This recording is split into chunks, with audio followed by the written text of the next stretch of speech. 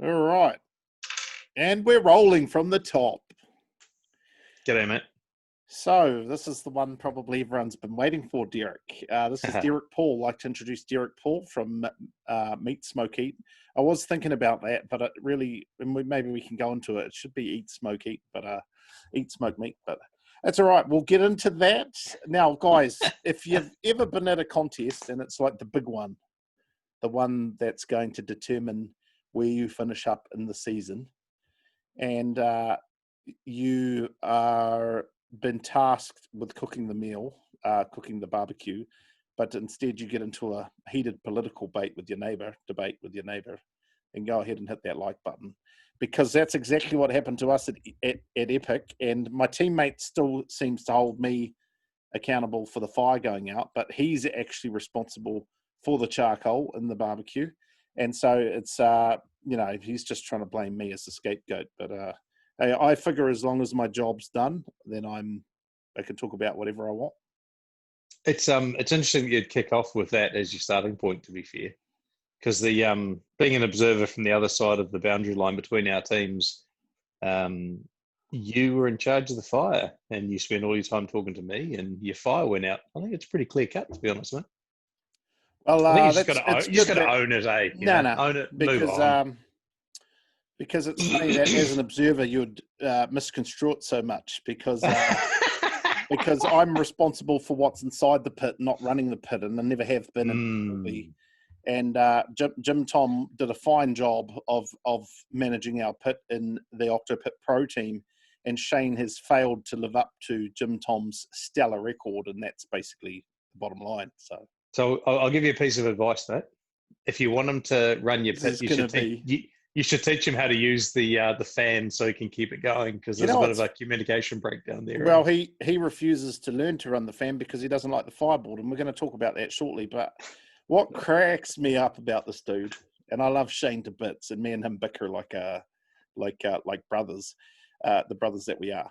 But what cracks me up is that our Octopit is a gravity-fed Octopit, okay? And I know that, and he knows, and Shane and Grant knows that the fuel canister on it will not run the whole comp. You have to refill it during the comp. But Shane's so thrifty with our heat bead that he refuses to fill it completely at the start of a cook, because he thinks that we might waste some if we overfill it. So he'll fill it about halfway, and then consequently it goes out, and then, oh, fuck, we're running out of fuel, and then he'll put some more in. And whereas me, I'll just cram as much in there as I possibly can, because I know it's going to run out anyway. Anyway, I think it's funny that the dynamics between teammates. But look, I wanted to get you on the show. I guess we've been friends for about 2 years, I would say, since I really got to put a face to the name and all the rest of it. Obviously, we know each other from the group and from the comp scene. Yep. And I really wanted to get you on the show for a range of reasons, which we'll go into during the interview. Yep. So I think you and I probably talked on Facebook through Messenger for about a year before we actually met face to face properly, and it was interesting because I was with my boy, and you actually didn't know who I was. Yeah, I didn't. Which I think was awesome, And that's why I know you. That's why I know it was Mania. What was our first? Because I'm like, who's this dude with this kid? Yeah. And the other thing that always gets me is Derrick Paull Derrick. It's like, is he Paul? Is he Derrick? And it's just confusing for me. But dude, I got 3 first names. It's just a shitter. Yeah, right. Well, it's funny that you mention your boy, because that is in the Mania propaganda that we put out, we've got that great photo of you and your son on the couch having a bit of father-son time and watching the pit burn up, and it's a great shot. So can you maybe run us through what your experience was with barbecue, or what got you into charcoal barbecue? What got me into charcoal barbecue, I was probably more put off it originally. Like, my old man was one of those people that had one of those round charcoal barbecues in the 80s and used lighter fluid to get it going, and cursed at the thing because it wouldn't light, and we ended up having dinner cooked in the oven. And Good man. So for a long time, I was a gas guy. Like, gas is where it's at. You're just quick and easy, and flavor's fine. And then I went and lived in the States for a few years, and in the States I got exposed to some proper barbecue with. I had no idea you lived in the States. Which state? I was in Pennsylvania, down on the Maryland border, down towards so DC kind of way. So everyone listening, there's no good barbecue in that whole state. So no, I mean there is, but it's not known for barbecue, but there is barbecue literally in every state and every city now in the US. Yeah, but back then, that was in 2000, 99, 2000. But I had a job that allowed me to travel around, so I visited 26 of the 50 odd states in the time that I was over there. So awesome. I wasn't really a barbecue fan. I was much more into hot wings, and I still am. So I was sort of on a chicken trail rather than a barbecue trail. But I on that coast, I learned a lot more about pork. Like, it was all about the pork over there, and whole hogs and pits in the ground, and a lot of butts. So it just got me interested. I came back to New Zealand, and I wasn't really a foodie back then. Then I met my wife, and excuse me to interrupt, but what year was this that you came back to New Zealand?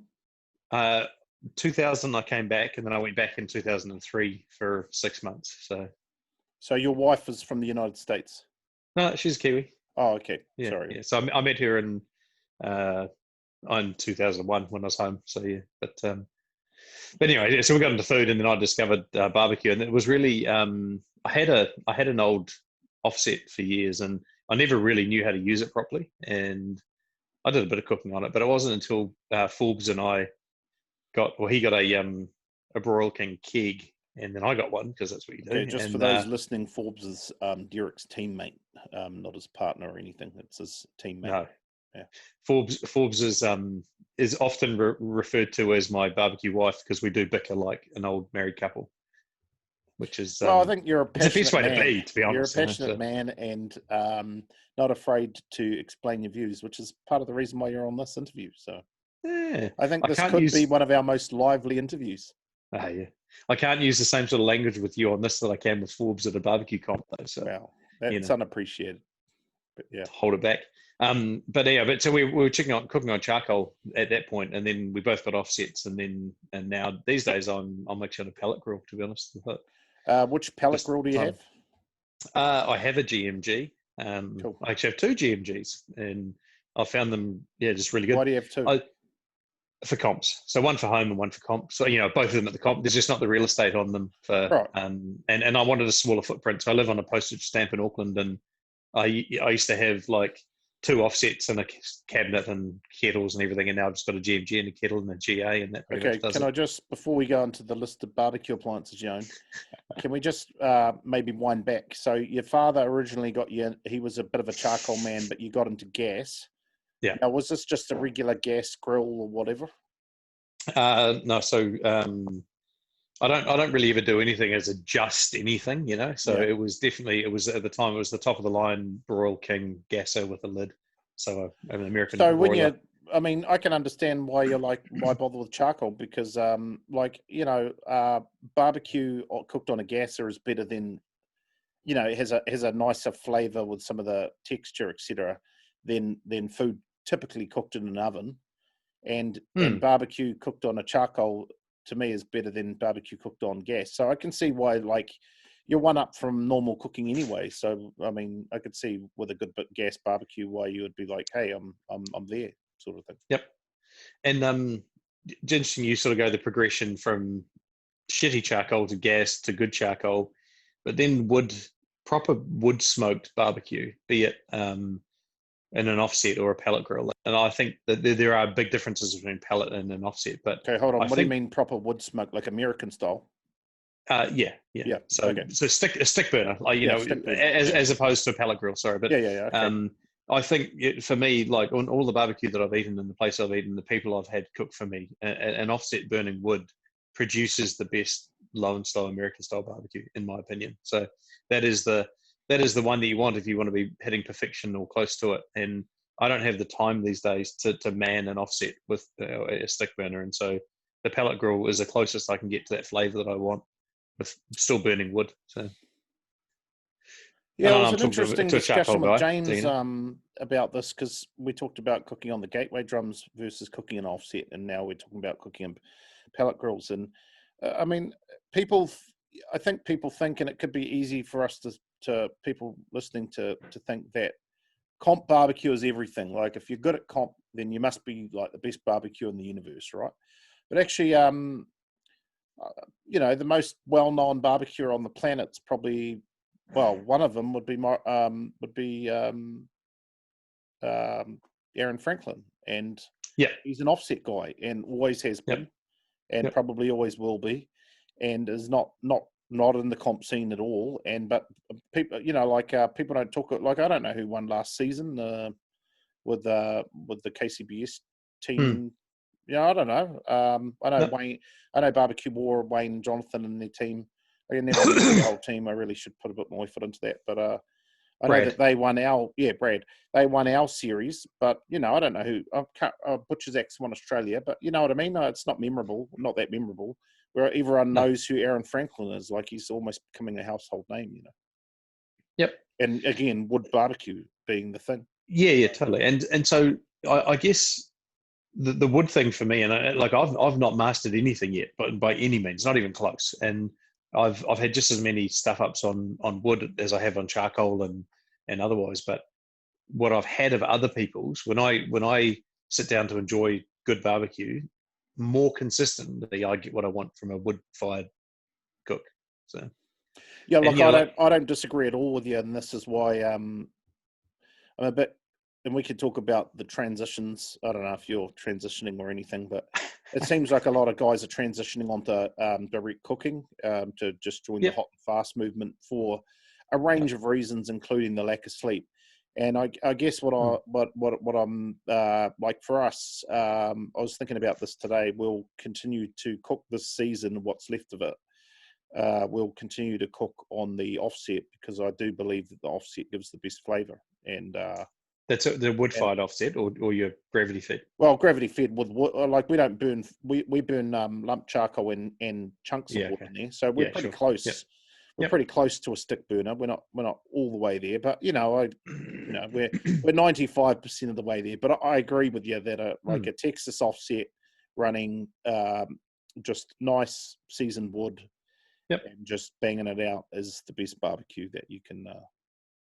And I have no doubt that in 10 or 20 years from now, when I slow down and the kids are a bit older and I've got more of my own time, I'll get back into that kind of cooking and I will get myself another offset. Like I've even been looking, just keep an eye out, but it's about practicality these days. And the good thing, like with the previous barbecue I had with the Lone Star cabinet, I could set the Fireboard up and it would run the fan and I could have it cooking at exactly the temp I wanted for 12, 14, 16 hours, no dramas, and then just go to the pit and take out the meat that I put in there because it had good moisture and it was fantastic. And the pellet grill, you don't get quite that length because you do need to spritz a bit more, but I can still let it go for 6 or 8 hours if I need to with the right cut. And particularly once it's been wrapped, obviously it's pretty sound. It's just easy, and people, you make every joke under the sun about a microwave and, the barbecue oven, whatever, but the flavor's fantastic. The outcome's great. And it's easy to use. I've got Wi-Fi control over it. So, yeah, no complaints. Yeah, I'm first to line up and poke fun at various things for really being a troll. But man, look, I've always said and I always will say, just it doesn't really matter that like people get so obsessed about the appliance that the appliance is that's not the result. Like it's the food that's important. And I went to Brazil and went to Churrascada last year, and they had all kinds of freaking contraptions. Yeah, and nobody gave two hoots about. It was all about the food and the process, and whether you're cooking on like bamboo sticks or whether you're cooking on a big brand new King's offset. People judge it by the food, not by the appliance. I guess I've thought a lot about this, and maybe we could. Because I think it is an interesting topic. I think there's probably just a tendency to want to overcomplicate things, and like I have some magical skills that makes me a great barbecuer. And if you sit down and use a pellet grill that does 98% of the work for you, then my magical skills aren't being applied, and therefore it can't possibly be that good. Mm-hmm. Yeah, that's an interesting take on it. But there's something you said before about the process, like whatever you do in life, like it's about the process. And I think there's people right now who have come into that sort of comp scene like a year or two after us, and they're looking at us, looking at the older competitors and thinking they make it look so easy, like, I'm not being silly about it, but we just, like, I mean, we're not a top team. We just do it, get in and have fun, but we just know what we're doing now. But we've got a process, we've thought about it, we've made mistakes, we've learned, and now it's kind of like somebody, if you've been running a restaurant for years and you've been doing it for a fair while now, there's so much when I look at you doing what you're doing, I'm like, holy shit, like this dude's just like working on autopilot. It just happens. And it's about learning your process and learning what works for you. And you've got to tweak it. And if you tweak too much every time, then you have more issues. But if you can just tweak a little bit and you can measure what that tweak means, and then in your next cook, just change it up until you get closer to where you want to be. And I think personally, that's one of my biggest downfalls, is I'm too impatient. And which is why in our team, Forbes is no doubt that he's the better barbecue cook between the two of us. He's got the patience and he'll spend time on things. Whereas I'm much more suited to, here's the goal, just go and freaking do it, and it's a sort of a different approach to things. And again, which is why we probably work reasonably well together. But if you don't have that process, if you haven't figured out for yourself how to do something, you can't just rock up and do it. Like the chances of landing on your feet are pretty slim. So.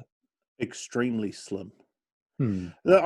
It's interesting you brought that up, because I've never actually identified that, even though I wholeheartedly agree with you that it's, like I'm thinking about how we run the restaurant. It's about achieving the outcome with the minimal amount of input, and 100%. And that's the same thing that a pianist does, an athlete, a good accountant, whatever you are exceptionally good at, it's because you're able to achieve an optimal outcome with the minimal amount of inputs. Yep. And I think that's productivity. That's what that is, right? So. 100%. And that's why a lot of guys, and like particularly, well, I know our journey, we've definitely simplified the process, because we've learned what is the BS and what is actually legit. This is actually going to make a difference. Yeah. And like you said with your pellet grill, what you've learnt on your pellet grill is that you've got to spritz a bit more to get the same outcome. Whereas in our cooks, we don't spritz, because we've got water pans and things to add moisture, and the spritz actually works against us. Yep. And so there is a lot of little nuance in barbecuing, particularly competitive barbecue, but there's also a lot of BS as well. So. Yeah, and I quite like the BS as well, to be honest. Like, you call it nuance, but there's also that kind of there's a click that if you know, and there's things you can say and people will take it hook, line, and sinker, and you can be totally winding them up, which is also pretty fun. I never do that. I always try and help. Never. Totally. Well, look, so like Forbes and I, our team motto, and it's an adopted motto or whatever, but is there's no secrets in barbecue. Like, legitimately, if anyone wants to rock up and watch what we're doing, we don't have sides up in our tents. We want people to come and learn and love. Like, we're not the best. Though. Not for us. Like, dead set, man. Like, if you take what we do and do it better, I'm stoked for you. Like, seriously, I'm I've shared actually all about, and, Derrick, and I actually put this on just for you. I'm actually all about being more better. Oh, there you go. So yeah, thank you. Just throw it at me once more. But the whole barbecue thing, like I can tell you everything that I do word for word. I can write down. I can take a video, and you can't replicate what I do. Well, you can, but most people don't and won't, and it just doesn't happen. So like my history and like competitive stuff, or the things that I focus on my life. Right, I spent the first 25, 30 years of my grown up life being into fishing. Like, I was a fisherman, and you start off as a really crap fisherman. You can get lucky, but you start off really crap, and you build up your knowledge and your ability to read a location and understand the moon and the tide and the wind and the bait and the food, the fish and all of that. And after a certain time, you get to a level where you know your shit. You can go out there and it just kind of works for you.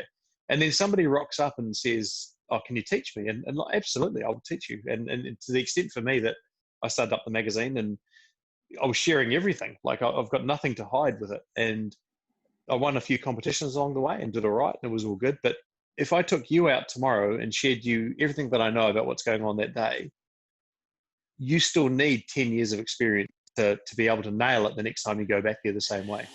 And that's the thing, like, you can read Aaron Franklin's book, you can you can watch Noel's masterclasses or videos, and you can come to a comp and talk to guys there. If you're not doing it and you're not practicing it and doing it over and over and over again, you're not going to reach those levels. I mean, again, you can nail it first time. There are people that have just fluked it. Like Forbes and I are a prime example with chicken, right? We fluked it first time. Fantastic recipe, and Forbes did an amazing job on it. But we also then dropped to second to last in our next competition in the same cut.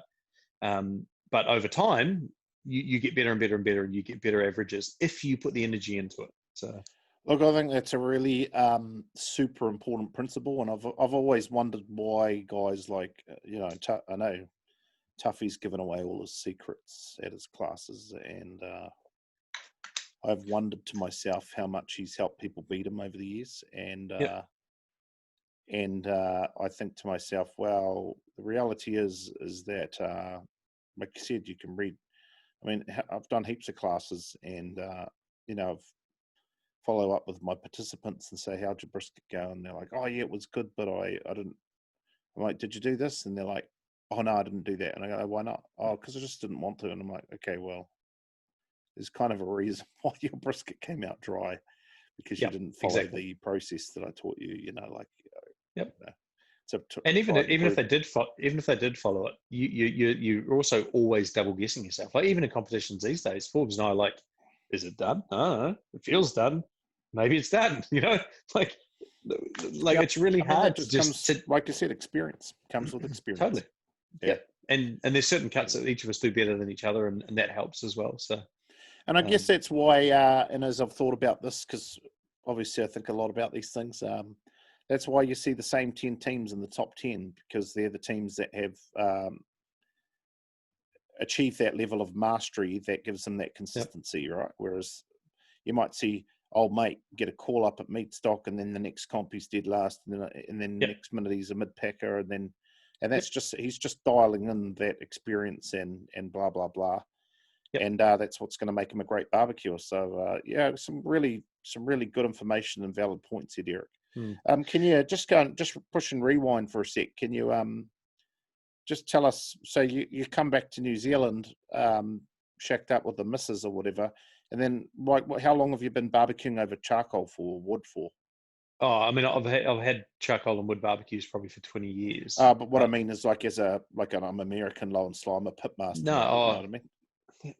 Like, it's funny, I was going back through old Dropbox photos, and it's at least 10 years. Yeah, cool. So I was doing pork butts the way that we had them in the States, and which was really freaking tasty, but not comp style, So I was feeding the family and blowing people's minds when they'd come for dinner, because I'd never had anything like it. But I never really branched out, and it wasn't legitimately until about mid 2016 when Jay set up the Pitmasters page. Yeah, sort of Forbes and I just started talking about it, and I think it was in about September that year. Forbes bought a brisket, and I rocked up to his place with a bottle of whiskey at 5 o'clock in the morning, and we went, "All right, we're having dinner. It's going to be brisket," and thought we could do it in 12 hours, and then we ate some rubber for dinner, and but we had whiskey, so it was all right. You made the most of it.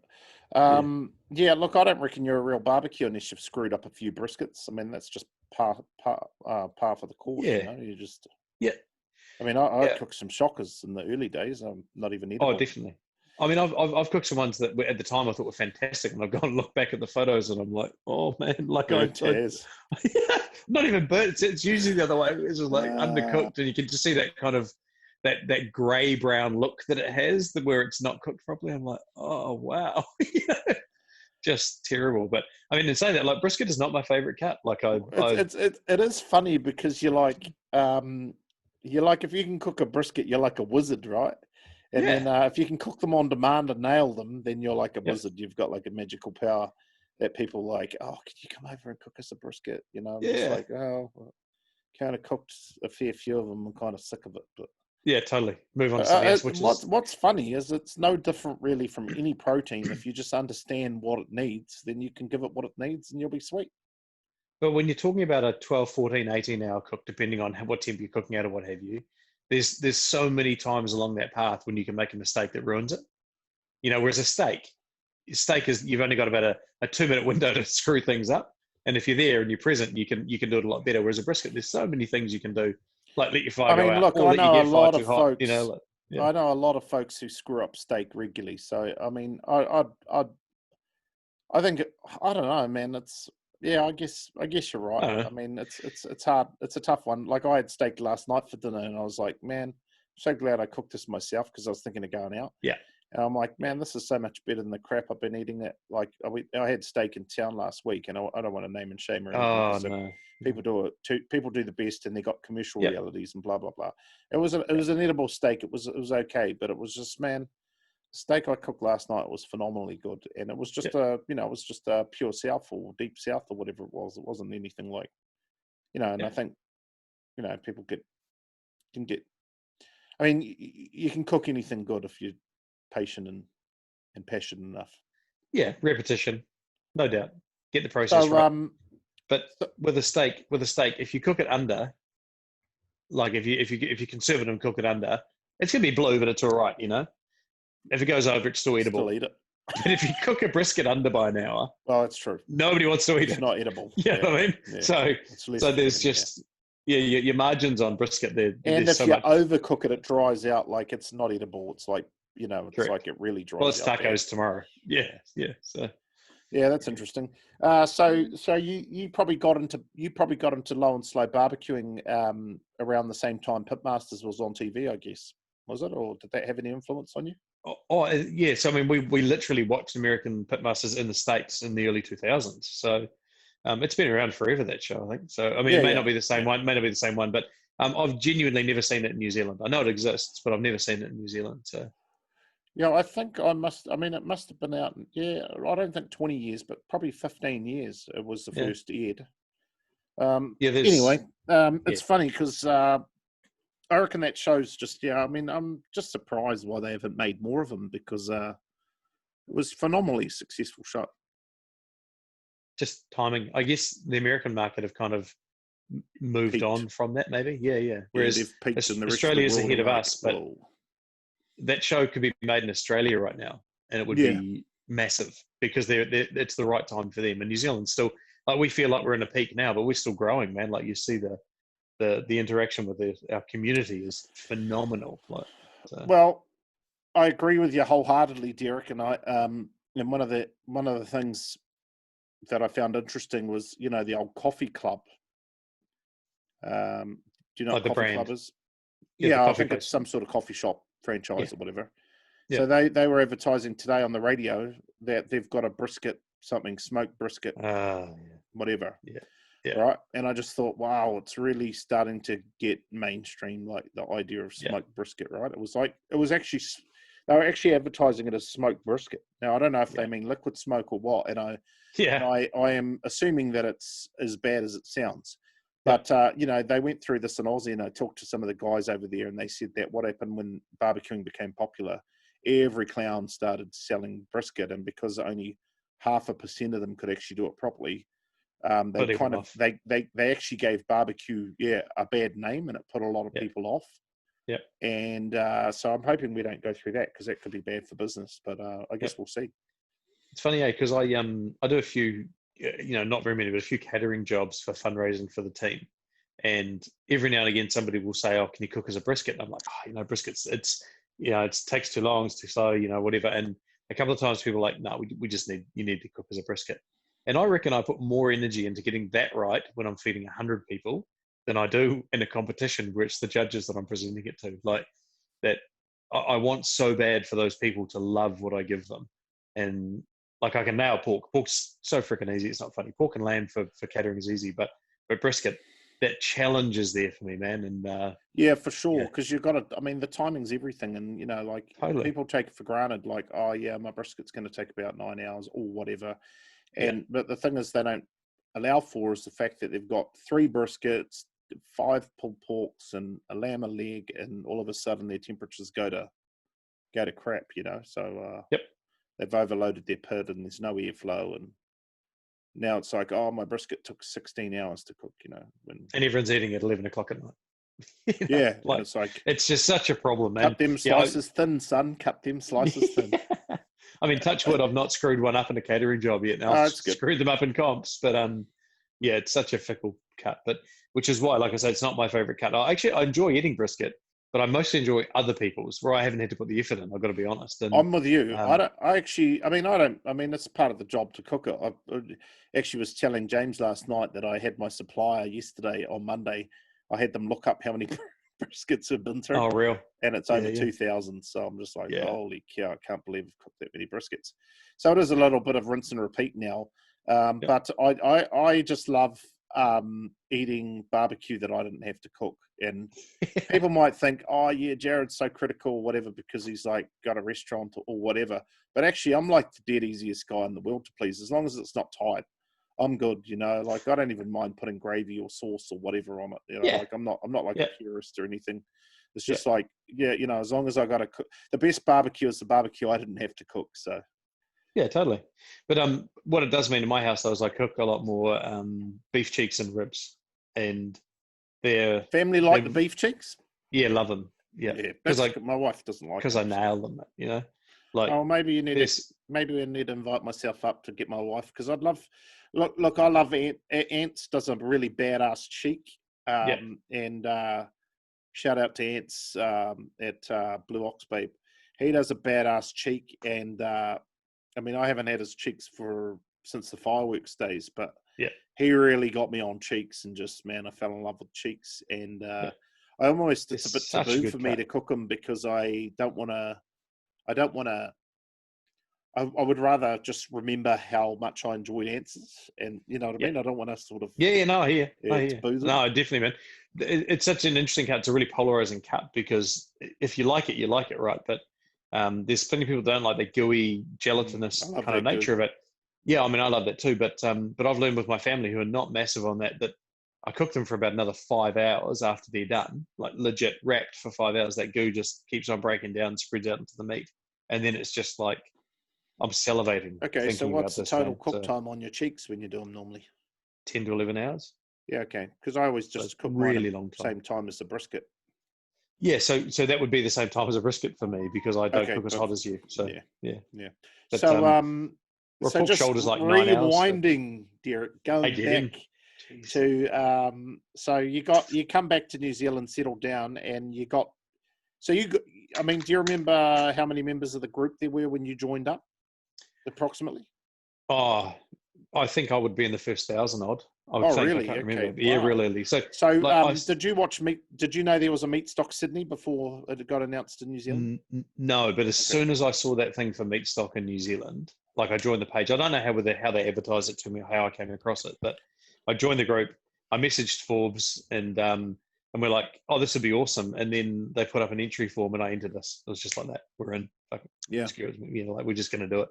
And so, and cool, like we were. That's awesome. We were like everybody else that was there, but we felt like complete amateurs. Like when we go back and look at the photos and the videos from that first event, it's not embarrassing, but it's close to it. You know, but like here's the thing: everybody was amateurs. So I worked real hard to get costs covered, you know, through sponsorship early on, and what turned out, so the previous owners of Barbecues and More were awesome to deal with, and they said, well, you should use this barbecue, and they hooked us up with new barbecues. So we did Meatstock 1 on barbecues we've never cooked on. Oh yeah, well that's the same as us. We cooked on the Octo Pit for the first time.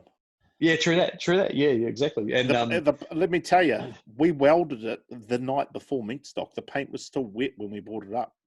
Yeah, right on. Like legit, we cooked on it for the first time at Meatstock. How'd you do? We come third. Mean. We got beaten by Trev and Dan and Lucas Country and Dan. Boys. Country Boys. And I cooked with Sefton and Jim. It was the three of us, and like literally, that's why we were late, because we were still welding the pit together. So that's awesome. I think we had one that we had sort of like lit up, but we'd never cooked together, the three of us. I mean, so when I say we're amateurs, all of us, we actually were, like, despite. Yeah, totally. I get it. I mean, you've got a chefing background, though, right?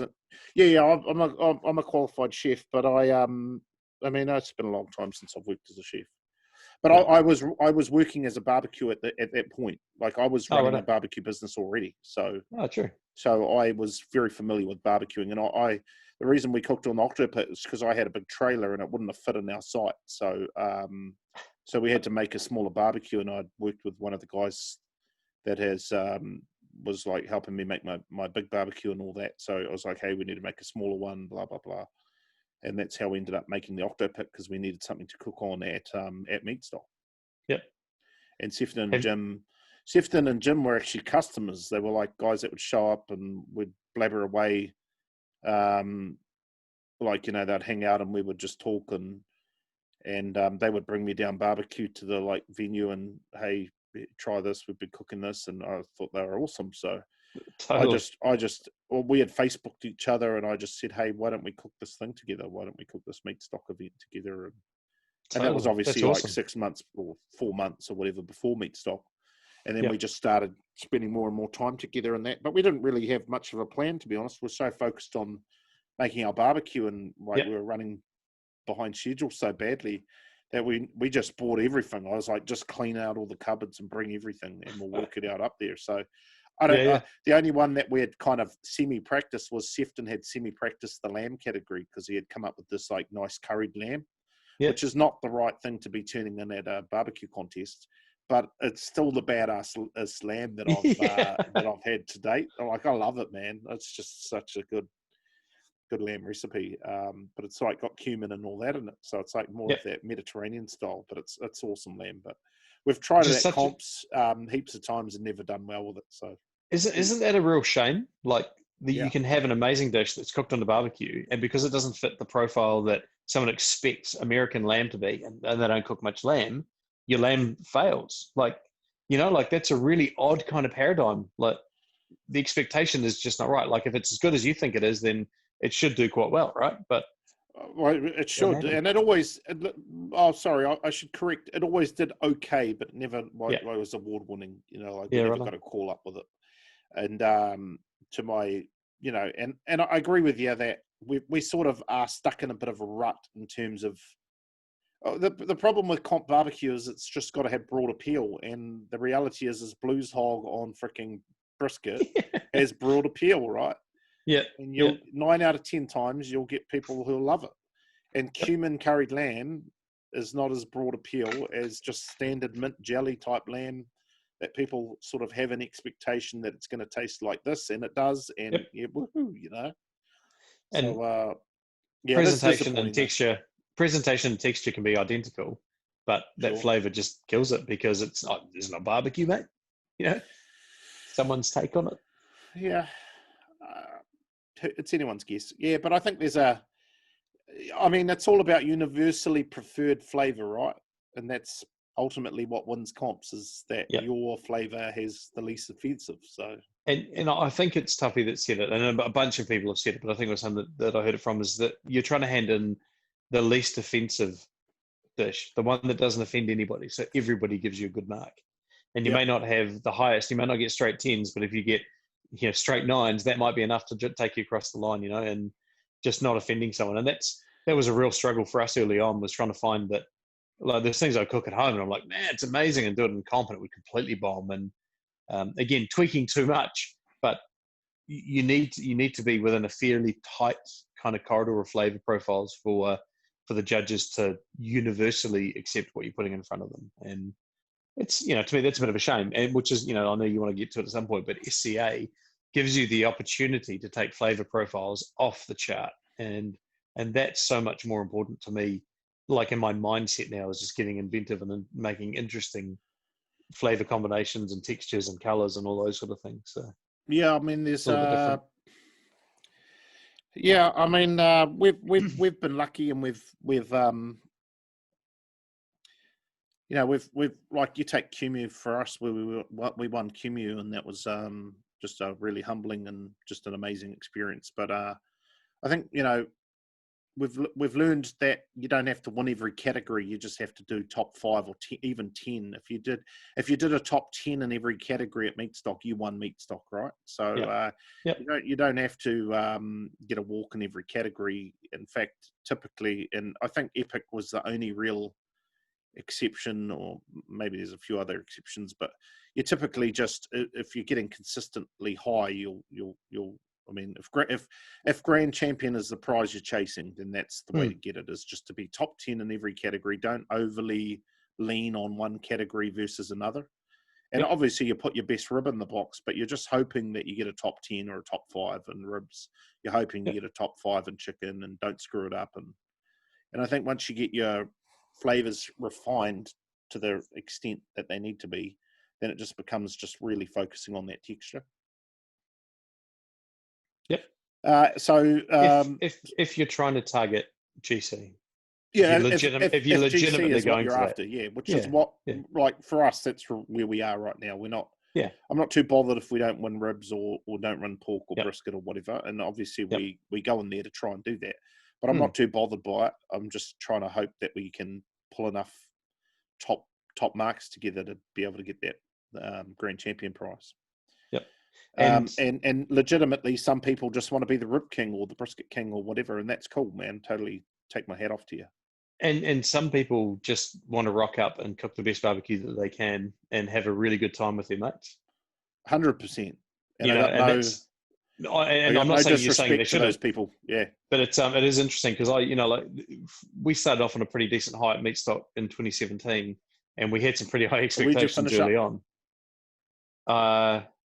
Geez, I need Forbes to remind me. Wait on, was the first Meatstock 17 or 16? 17. So it was like 7th, 8th, or 9th, I think we got in Meatstock. So, but we okay, so you're top 10, awesome. It's amazing. Yeah, totally. And like we've never been there again at Meatstock. That's the thing. So we had this unrealistic expectation that we could be there all the time.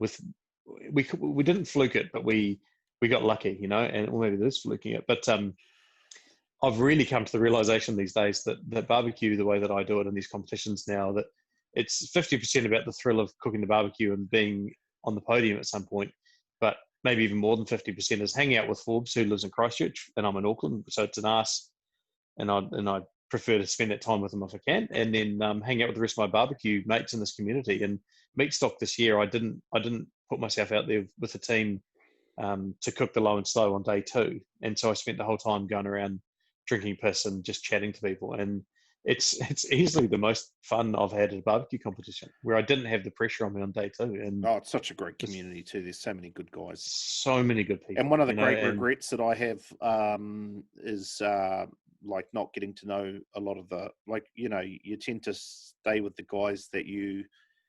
It's hard to put new people into your universe, your sphere, because you're already neglecting people that you have in your sphere. Yep. So I'm like at comps, I don't mean to be rude, but I'm not coming to see these new guys and all that. Yep. But it's just like, man, time's so precious, and I haven't seen Brendan, and I haven't caught up with Matt, and old mates over there, and let's go see him, and say hi to Tracy and Matt, and blah blah blah. And then you don't know who old mate is over there in the corner. You don't have the foggiest who he is, because you're just like, your time's full. So that I actually did the exact same thing you did at the Invitational in Australia, just made the rounds. Yep. And man, just to sit down and just watch them all panic and do hands-ins and all the rest of it, and not feel any obligation to get up and help, was awesome. Totally. No, man, I'm with you. And I still helped out Forbes and Jake as much as I could. But I'd made that commitment early on that the low and slow part of Meatstock was going to be my go out and get pissed and have a good time, to be honest. And we went hard on the SCA, and we did real well this year at the SCA at Meatstock. And I was on a bit of a high anyways, to be honest. So it was good. But rewinding back a little bit, how did so you got into barbecue and you teed up with Forbes? Now you had established a relationship with Forbes based around cooking already, right? Before Meatstock. No. So Forbes and I actually met at a fishing club that I was in. He joined my fishing club back in the day, and both of us figured out pretty quick that we were going to be mates, and we did fish together quite a bit, and our families got on really well, and we had a couple of shared friends, and we were mates for, I don't know, a fair few years before we started cooking. And then we both cooked at home, but we'd never really talked about barbecue. And then he went and just bought this keg, and I was like, well, let's cook some meat, man. And and it was pretty much non-stop for about 2.5 years that we thrashed it, and then just slowed down a little bit. Kegs are Kamado, right? Yeah. Yeah, Yeah, it's a steel keg. my So, my neighbour has a keg. Actually, yeah. So they're good. they They're look a all great right. piece of kit. Yeah, they look all Yeah, right. yep.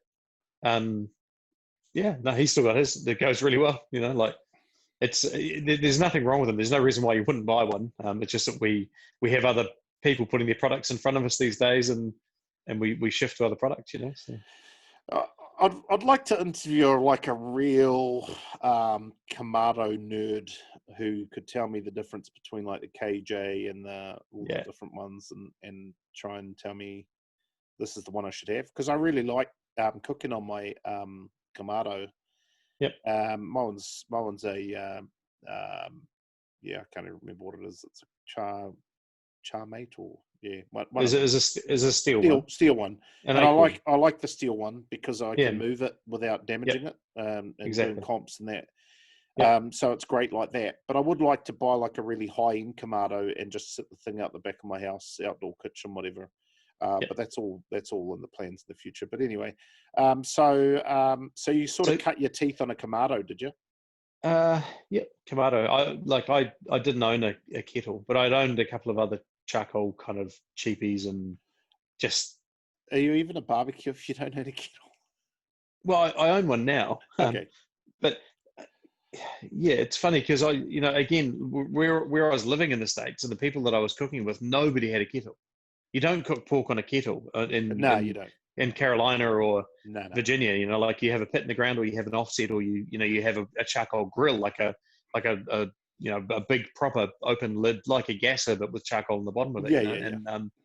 And so kettles weren't the thing, and a lot of people talk about them, and I've seen people cook extremely good barbecue on them. I just never got the appeal of them.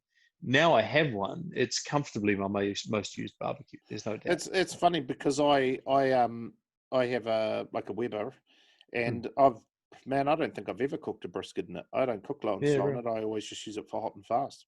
So I've only ever cooked one brisket in it, but then I don't cook a lot of brisket. You know what See, I mean? I just can't understand. Like for me, I've got an offset. So why would I mess around with a kettle trying to do what an offset's specifically designed to do? Economics and time. So I can set my kettle with a snake with some ribs in it. I love ribs on a Saturday. I have wings on a Friday, ribs on a Saturday. It's freaking great. So I can set it up with a snake, chuck my ribs in there, go to my son's cricket match in the morning, and come back and my ribs are done. I'll just sauce them over a water bath, or I'll put them on for 2 hours and I'll wrap them and I'll go to his football match, and then I'll come back and unwrap them and glaze them. So whereas with an offset, I've got to be there chucking wood in it all the time, and you say I'm organised. Well, organised is figuring out a way to do cook on an offset and go to the football match. We can't really do both. You can put a minion into an offset though. So I mean, Yeah, you can, but then why not just do it in a kettle and use a third of the fuel? This is true. Yeah. So yeah, and I'm not a big walk away from the barbecue. Like my patio's all wood. So I would never walk away from my barbecue, even if it was freaking a snake or whatever, just because I'm so paranoid about coming back and the freaking house is on fire. You've also told me that you don't really cook at home. You don't really cook at home very much, I grill, right? So I grill at home a lot. Yeah, I grill at home a lot, like easily every week. Yeah. But I never cook low and slow at home. Never. Yeah. Yeah. So, and if you were cooking low and slow at home, then you probably couldn't handle the offset because you've still got a young family and a wife and shit to do, right? Like, I don't even have an offset at home. Yeah. I don't even own. At one point, I didn't even own an offset, like other than the commercial ones. So, like, I couldn't cook. I had to borrow a barbecue if I wanted to cook. Yeah. But I've fixed that problem since. But I would. I built an offset just so that I'd have one. But then I ended up putting it on the trailer, so now I can't cook at home with it anyway. So, which is awesome. So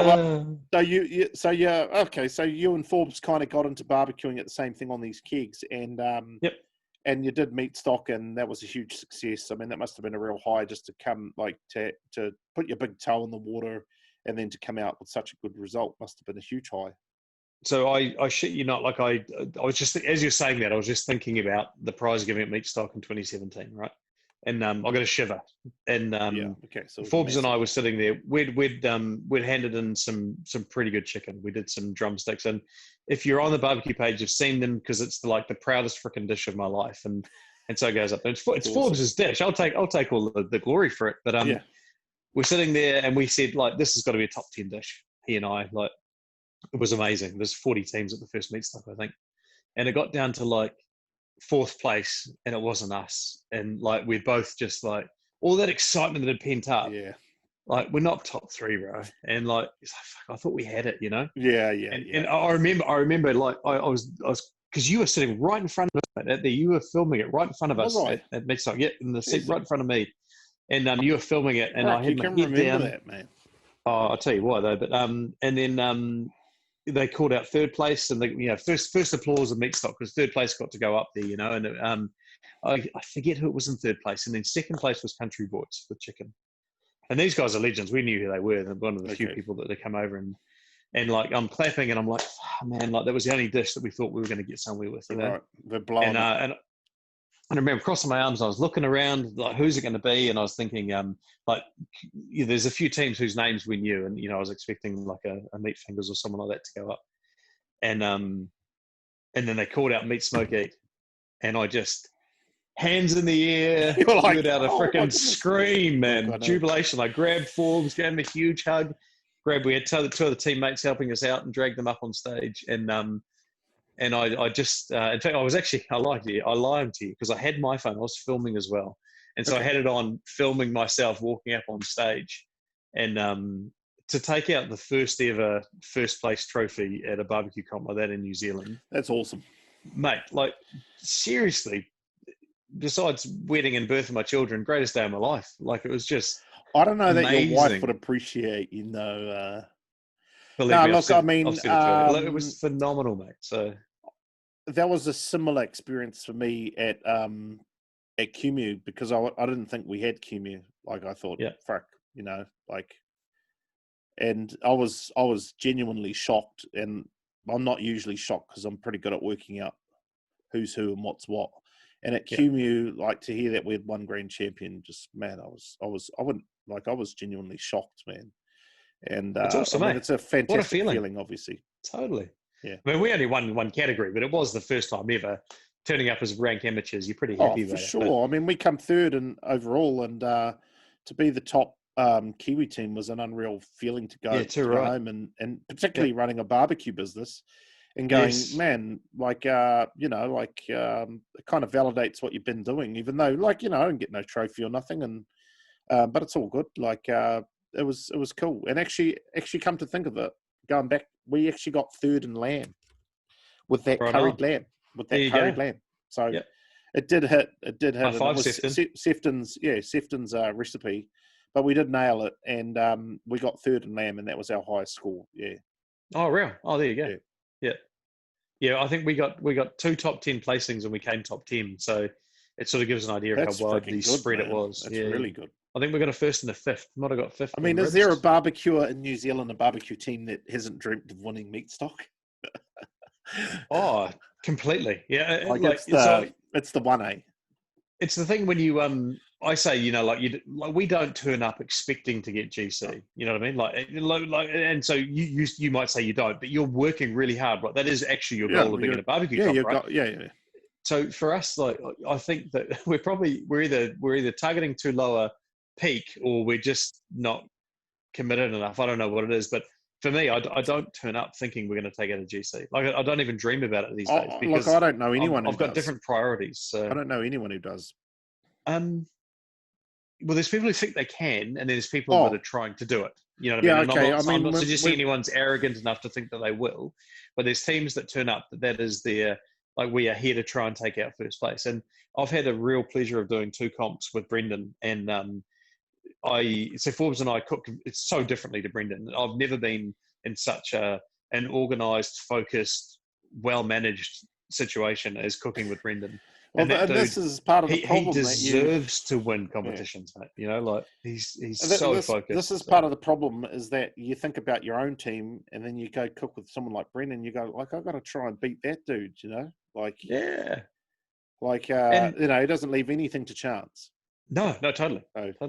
Well, I mean, it's almost a dichotomy though, because when we did Hamilton together, and I was in awe of him, and then at Epic when I was cooking next to you, and you let your fire go out. I didn't actually. Shane did, but just to clarify, when I was there, I probably wasn't helping out enough, But I also had this kind of like, oh, Brendan's under control. He knows what he's doing. And to be honest, I'm probably one that dropped the ball there. So I'm hoping one day, Brendan, please, I'd love Well, to I talk mean, to do you you again, think bro. you dropped the But, ball? I mean, I don't. I mean, I don't. I I mean, I'm I pretty didn't. tight with Brendan. I've never heard him whinge about you. I Oh, mean, I no, don't think he dropped the ball. He just he didn't go would. his way. There's no way in hell he would say that I did. But I wasn't. I wasn't in the game with him. In Hamilton, I was focused as, Yeah, you and I were was there. very focused in Hamilton. Anything he wanted, I was there for him. And then at Epic, I was much more relaxed. It was a You bit were of, it letting it wasn't a party. slide a little bit there, bro. Totally.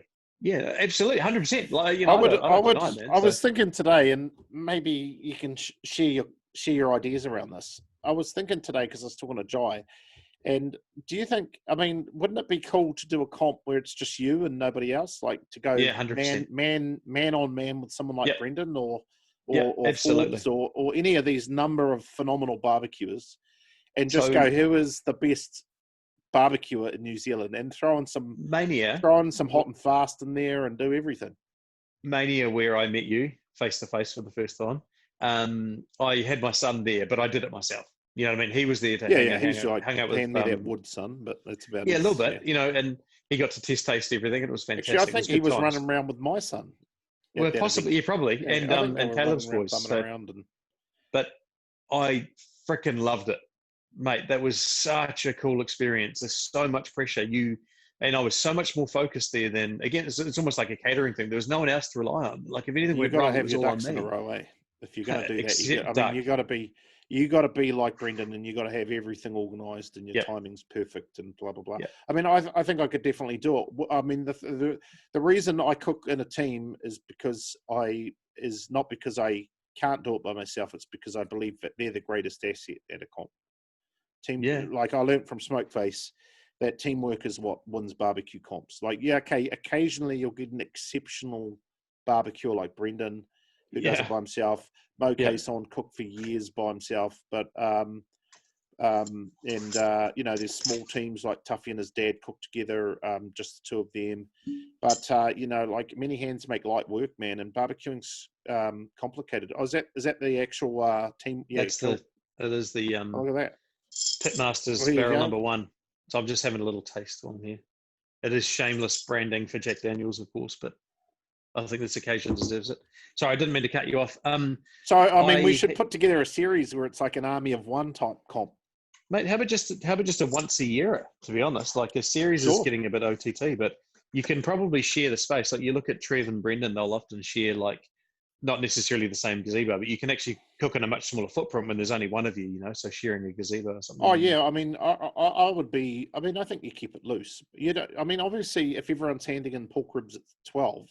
Then you're hardly going to not hand yours in to go and help old mate with his, right? So everyone naturally goes towards. I mean, we cooked the belly beatdown as individuals a couple of weeks ago, and the last thing I'm worried about is Shane's belly or Shane worried about mine, because you're focused on your own deal, and it's 100%. Good because you talk a lot more crap, and I love that. So. Oh, there's no harm in throwing the barbs in there, right? Yeah, egging each other on. Oh, yeah, no, that looks tight. No, it's not. Yeah. Like you got to throw those in. So we'll, we need to do that. We'll put that. I'll talk to Matt about that, and we'll see what we can do. But yeah, definitely. And now, should it be 3 categories or the full 4? Or hey guys, let us know in the comments. Right. No one ever does, but I'm going to say it anyway. Let us know in the comments, because I'd be curious if anyone else would like to test themselves, one man in the octagon against another man in the octagon, just to see who's the best barbecue. Period. That's it. No teams, no whatever. Just who's the best.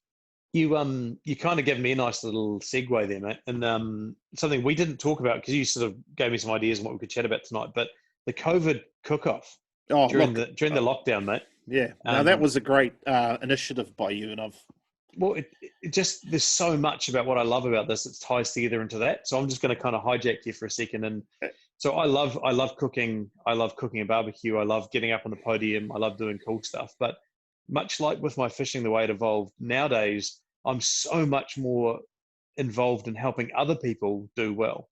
I want people to get the same buzz. I want people to cook well. I want people to give it a go. Instead of sitting on the fence and saying, oh, how many years do you need to do this before you enter a competition? Like, just freaking balls in. And that lockdown comp just it opened my eyes to, one, how many people out there were watching us. Like the views on that were phenomenal. We had about I think it was a little under 200 people cooked over a 4-week period, doing one cook a week. There were, I think, that top 10 that we talked about sort of still floated to the top, even though it was visual only, like that you had them, but we had another 30 or 40 people every week that were totally and utterly engaged with it and loving it and presented their best barbecue. And the cool thing about it, as opposed to a comp, was they got to eat everything that they cooked. And that was so freaking cool. Like, I'm so stoked with the opportunity to have done it and to have the outcome that we had. And well done to Matt and Forbes and the others at the top who did well. But thank you to everybody that entered and followed it and G'd everyone on. And like the Cook brothers brought so much to the banter. Now, there was another one too. There was another one that had their whole family cooking. It wasn't the cooks, but they had their kids going and everything. Well, Alex Lawson had his daughter cooking. Matt Flanagan had his family. There was one family that I didn't recognize. I had my son, where they had two sons that were both cooking and the dad. Oh, you're right. Sorry, you're right. I don't know who it was. Apologies, I've gone blank on the name now. But as anyway, well. they were GC, man. I love those guys. I love judging their food.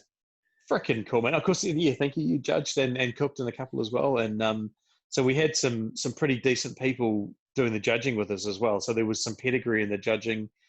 Yourself and Nolan, Luke and Glenn, myself, obviously having Mitch Benjamin from Meat Mitch for the brisket was freaking awesome, man. Like to get a pretty big name in the industry to come along and help us out was just fantastic. So the whole thing was awesome. What's funny is my friends from the US were following it and everything. Like I had mates from Texas like ringing me saying, "Who won the COVID cook-off?" Oh, like, fantastic, bro! Like, and then the one that stands out was Sean's short rib. I mean, just the aesthetics of that was just right up there, and I knew he was going to do well on that one. That was phenomenal. That one was one. It was just like, whoa. Well, the way that the knife went through it, and when he peeled it open, like you can just tell it's well cooked. Like you didn't need to taste it, right? So, so the States thing is funny though. Just there was a bunch of other organisations around the world that claimed to have the first ever online barbecue competition. Yeah, and we didn't claim that, but it was quite funny just to see them taking credit for something that little old New Zealand got in and actually done a month earlier. So. Yeah, well, look, I thoroughly enjoyed both because I cooked the rib and the beef, I think, and I judged burger and chicken or whatever it was, and I thoroughly enjoyed both judging and cooking. In fact, the cook that I did, the one that I did for the ribs, I did the whole thing streamed the live and all course. that, and that was freaking cool, man. Like that really I feel. I mean, I don't know if the guys who attended the class noticed, but for me, it was a lot more pressure, and I love that. I mean, for me, it's one of the reasons why I cook comps is just to get that little bit of high off the pressure. That was good it was a nice little perfect circle for me because thank you for your generosity, or Trevor's, I forget who it was that actually paid for my son's class ticket, which was awesome. And my son did was it. Adam Roberts, yeah. Oh, Adam, sorry, Roberts. thank you, Adam. Yeah, my bad. And so I was pretty lucky to get that. So my son, while I was just running my day, he was prepping the ribs like Jared was prepping. And then he would cook on a pellet grill, so it's a bit different, but he turned the grill on with me. I set up the Wi-Fi on his phone. He put the ribs on. He spritzed them. He glazed them. He wrapped them. He sliced them. Bro. It was so good. And he came in, I think, 16th from memory, which out of 45 odd teams, he was blown away. And I've seen his ones, and I was like, man, awesome, those are good. I couldn't believe he done mid-pack. So anyway, there's a lot of, that's why I like blind judging, because you can remove some of that trickery. But for sure. Congratulations to everyone who participated, because it was a phenomenally run little thing. I was a bit unsure when I first talked to you about it. I didn't know how it would go or whether it was going to be legit. But I can tell you, man, there was some legit judging. Like you can tell, like if you're an experienced barbecue and you watch them bite into whatever, you can tell if it's done right or not. Yeah, too right. The only thing you don't know is the flavor profile, but that's all good. You judge other things. we just weren't judging on flavor. You know what I mean? Yeah. Like it was the presentation, and actually in a lot of cases, to be honest, following the rules. Like, just do it like we've asked, you know? Like, yeah, okay, well, yeah. some of the Anyway, people... I didn't know what the damn sign was. It's like, but that's the thing is, I was streaming mine live, so it was pretty verified that mine was legit. But I couldn't find the damn sign. Anyway, it was funny. We didn't disqualify or penalise anyone for getting the hand sign wrong. That was okay. But there's some. But we said, you know, you had to slice the ribs and then open, or whatever the cut was, and open it up. And they'd have 3 or 4 slices, and then they'd open it up. And like, well, the judges are going to judge it worse because you could have pre-prepped it, and you know, and so it's sort of, it's not cheating, but it's just eliminating it. But like, if people just followed the rules, judges are smart enough to know, you know, hey, they're freaking totally, preloaded. Yeah, it's funny, but it was fun, man. And congratulations on running that event. I thought it was really well done, and huge fan of it and supported it. I just like, this is a nice little move the discussion into the SCA cooking, because it was more of an SCA cook than a traditional ABA type sanctioned cook, in that you did a few different things like with cheese and whatnot. And I don't know. We had we had burgers and can't even remember the other one now, and then ribs and brisket and brisket and beef. Right? It was open beef, wasn't it? Like not open beef. So there's too low and slow and too hot and fast, and that was the idea to try and share the love. And the 2 SCA type ones were first, and the idea was to build up the interest. And then as the cuts effectively got harder towards the end, we expected to have less people, but beef actually had the second highest number of competitors. Ribs was the highest with, I think, 50 odd people, so, or maybe over 60. It was huge anyway. So yeah, it was big. It was a big turnout for I mean, it was good. So just, you know, I know you and I talk a lot, and you mentioned to me that you're sort of a bit more drawn towards the SCA cooking. Can you just maybe go into that and explain as to what where the attraction is? And because for me, I'm like a low and slow guy, and I don't have the creativity. And I watch someone like Trev Dawson cook, and I'm just like, I can't beat this guy at this. He's like way too creative, and I'm just like, you know, even as a chef, like I like to just stay in my lane. And so I'm not really that drawn to the SCA, but I know you have been drawn to it, and maybe you can explain as to what the attraction is for you and why you like it and why it appeals to you. Very cool. So first off, SCA is Steak Cook-Off Association. It's an American organization, right? So in the title is Steak Cook-Off. So you've got all the creativity in the world, but at the essence, SCA, the main dish, much like low and slow, it's about brisket. Well, it's about steak.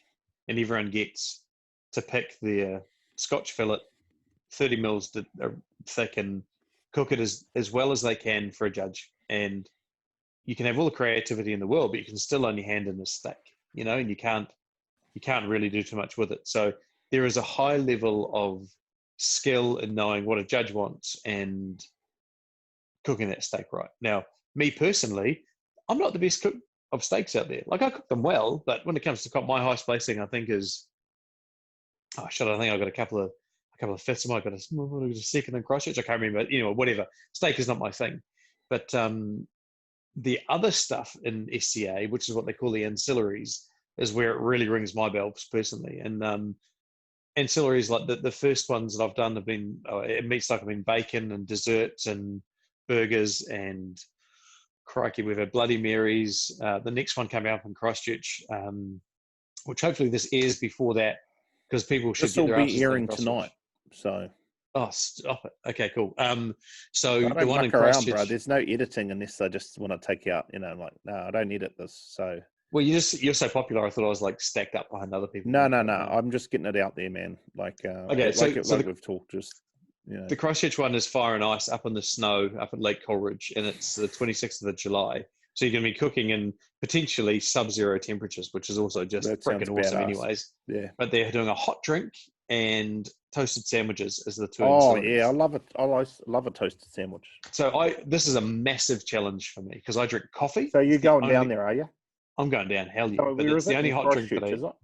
Which Christchurch based as such, but Lake Coleridge is an hour from Christchurch, so it's up in the mountains. Okay, so it just seems like it's a logistical nightmare to try and get to. No. So Glenn, who's organising it, Glenn Manning from Christchurch in the Southern Fat Cuts, he's organised that you drive inland for an hour, and then they've got 4-wheel drives to drive us up into this high country farm. Like, It's Is the that the same one place. we've seen them where they're cooking like barbecue in the snow or whatever? Yeah, bro. And so Oh, the crack, I'm steaks there. that we're cooking are grown on this farm. Right, I'm there. Like, so you're cooking where the animal is growing, and it's phenomenal. And so I'm really stoked about that. But he's put in 2 ancillaries that I don't eat toasted sandwiches. Oh, I I love a don't drink toasted hot sandwich. drinks. Well, you might do all right, So What is it? but July the 27th, 26th, Sunday the 26th. So tickets are cheap, man. Just book them. But so with these ancillaries, so the ones that I've done well with have been ones that have generally required a little bit more creativity, and so for me, my first place in SCA was Bloody Mary, and so Bloody Mary, like you see, there's a lot of photos on the internet. You can see people do it with a cup, the old red cup, like beer a whole pong cup. chicken, a burger. Yeah, exactly, that sort of thing. And so I was flying into Christchurch. I had a carry-on bag, and I asked Forbes to do a bit of shopping for me, and I had a GA to cook on, and so what my thoughts were, like, I need to do everything compact. So I bought a bag of scallops, and thank you, Brendan, once again. I took a bit of his Snake River Farms brisket burnt ends from the previous comp that I'd frozen at home. I bought some really nice Scotch fillet, and I took the spinalis off them, and I chopped that, and I presented all of this. Oh, and I made a little Big Mac slider that I put between 2 pieces of celery with a bit of bacon as my plate for the slider, and I just did this overwhelming freaking Liberace looking hardcore, celery thing, and I had at that point never had a Bloody Mary in my life, and I followed the recipe at home. I put all the mix in a bag, and I took it down, and I mixed it up, and it tasted horrendous. It tasted like a bit of motor oil, because I think the celery seeds had just overwhelmed the flavor of it. And it was horrendous. It was really, really bad. So I tipped some out and put some more ice in and some more tomato juice, and it mellowed it out a little bit, but it was really bad. And so I was cooking with Tracy Melville and Mikey Led, and I was consigned to, like, it's shit. If I don't come last, I'll be pleased. That was all. And the judges, bless their souls, ate all the food off the celery, didn't try the Bloody Mary, I don't think. And they judged me on it that way, which is kind of how it's meant to work, because it's about creativity and food and flavor and all that sort of thing. So where'd you come? And that, the suspense is killing me. Numero uno. Well, that's cool. Congratulations. Yeah, totally cool. And was Brendan's burnt ends. Brendan's brisket, man. Hell yes. Brendan was there. It's a badass brisket. I beat Brendan using his brisket. So sorry, man. All right. No, but the SCA, they've announced this one already. Maybe I haven't seen it all. Okay. Totally, well, I don't man. follow SCA, so SCA it's toasted sandwich, a hot drink, and steak. And a steak. So 3 cuts, $150 entry from memory. You get your steak supplied, then you pay. You take everything else you want for your ancillaries. The other thing is, I got another first place in Christchurch for my 1 bite challenge, and this is where you got to think outside the box. This isn't purely barbecue, and this is what confuses a few people. I had brisket burnt ends again that I double dipped in crumb, deep fried them, and put them on a piece of pork crackle with a pickle, and they just smashed them. Good. It was super tasty. 1 bite challenge, tasty as. So you love the creativity element. I mean, coming out with some of those crazy, wacky ideas. And so we talk about flavor profiles with low and slow, and how you build a flavor profile when you're doing a slow cook, and it's probably a bit more intricate. Whereas SCA is about getting the balance with that sweet, salty, spicy, and a bit of texture as well. I've missed one of those in there, sour. But I think also, because we've done all right at SCA, and it's about wowing the judges with your creativity, eh? Correct. Like we did, like Shane and our team did the bacon category at Meatstock last year, and in Melbourne, and we got a first and a second. So his recipe that he worked on was just, I mean, it was the type of thing you go, wow, like it blew me away, and Yep. He killed it with it, and he put a lot of effort into getting it just right too. Like there was multiple practices and different ingredients sourced and all this crap, and and the one that actually beat him was bacon truffles. So it's freaking next level. So, but so that you kind of touched on the practice thing, right? Like I said about low and slow, you need to practice. You can't just rock up and do it. And SCA, almost every element, pretty much every element of SCA, you can practice every night when you're cooking for your family. You don't have to spend 8-10 hours manning an offset to do SCA. And so the cool thing is you can be cooking really creatively And even if you're just doing incremental parts of the whole dish, so you can figure out the flavors and the texture and the timing, you can actually be doing it every day. And it doesn't cost you any more than cooking a normal meal because you're still feeding the family with what you're cooking. So toasted sandwiches and hot drinks, perfect this time of year. I can I mean, literally I do practice cooking like for the my ECA family. part where you can just basically bang it together and like you got a whole half hour to hand it in, and like it's definitely it's less about the pressure of the comp and more about actually just creating something phenomenal to go in there. Whereas the There's still NZTA pressure, stuff man. is there's a Don't huge fool amount of yourself. There's no pressure pressure. on getting things cooked Nah. on time, and well, you can So- do some preloading, like you said. You cook the burnt ends before you even showed up, but you can't do that in an ABA battle. Yep. So SCA also do chicken wings. So you got chicken in the low and slow, and you got chicken wings in SCA, and you've still got to cook it on the day. You can't. I mean, I guess you could pre-cook your chicken, but you wouldn't. It just this makes no sense to do that. And so so this year, Forbes and I did the same dishes, one for SCA and one for low and slow. And I cooked one day, he cooked the next. And this is not a shot, like I'm not having a go, but the SCA ones that I did came first at Meatstock.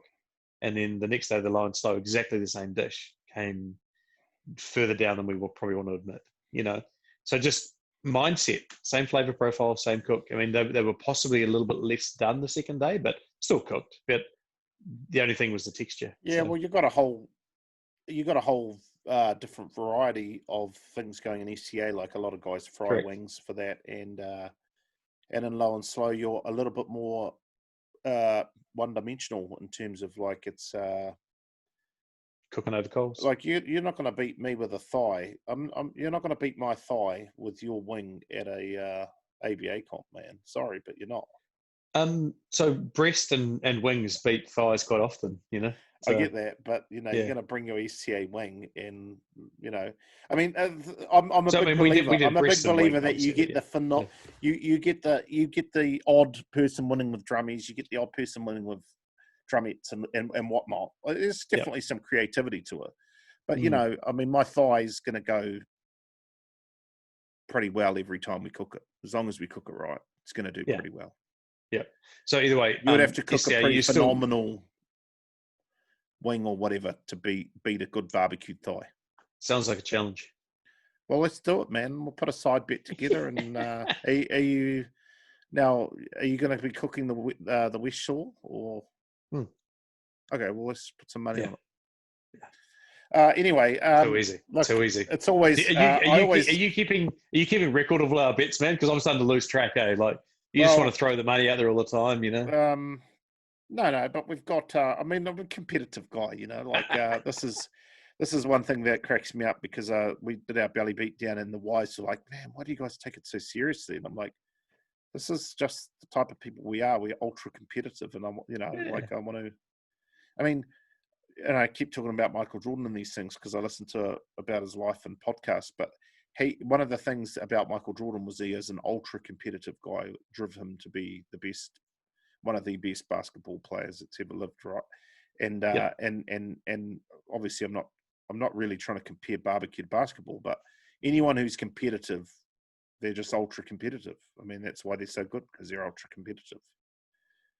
We'd have a tinfoil folding competition, like, fuck, man, bring it. Let's do it. Yeah. It is interesting because barbecue, like fishing, is a really fringe, I don't know, like sport.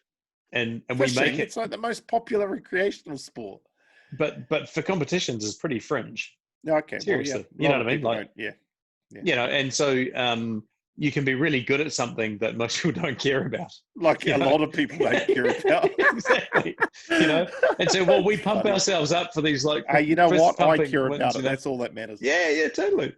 But it is quite funny. Like, we take ourselves pretty seriously sometimes. Yeah, my kids, one of my kids, Veyron, he's fucking competitive, right?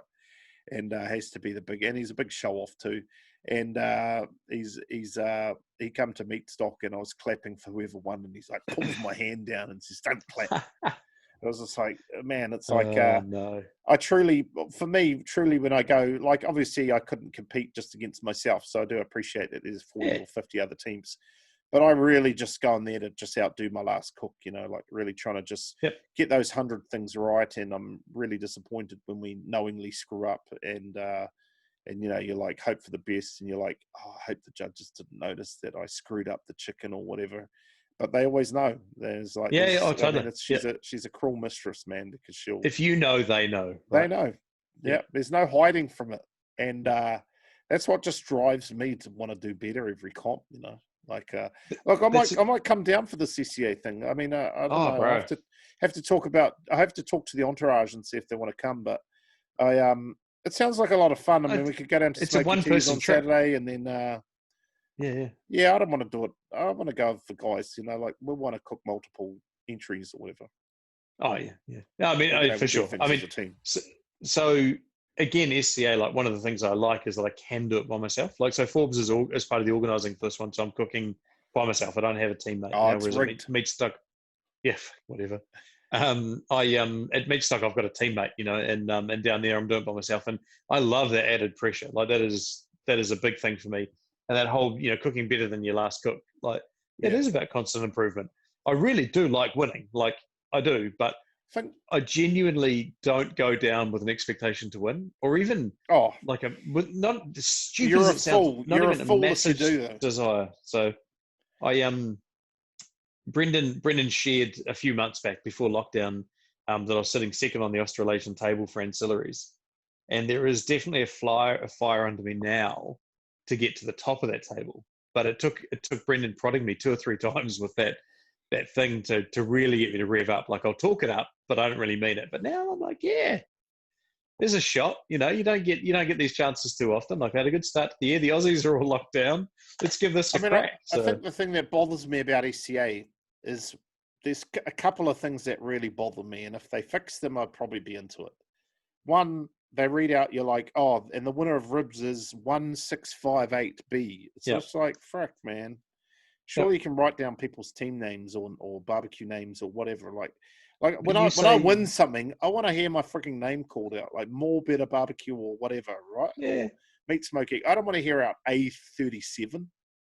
Who is it? Who is it? I want everyone to go like, hey, old mate one. That's awesome, However, you said earlier, you like double blind judging. Well, this is proper double blind, or blind judging, but this is double blind. You can't know whose box has been handed in.